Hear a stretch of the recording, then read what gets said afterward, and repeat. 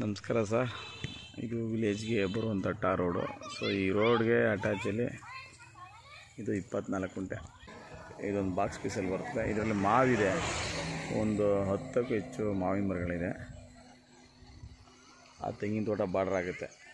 So ಇಲ್ಲಿ ಈ level ಆಗಿರೋಲ್ಲ ಅಂತ ಲ್ಯಾಂಡು ಬಾರ್ಡ್ರ್ ಆಗುತ್ತೆ. ಇದೇ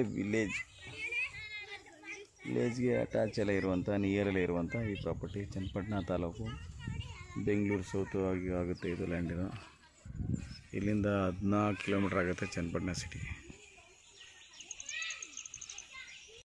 ಸೊ ಈಗ ಒಳಗಡೆ ಬಂದಿದ್ದೀನಿ ನಾನು.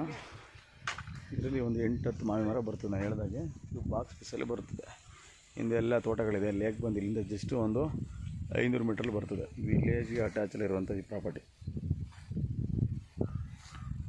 ಸೊ ಟಾರ್ ರೋಡ್ಗೆ ಇದು 150ರಿಂದ 180 ಅಡಿ ಸಿಗುತ್ತೆ.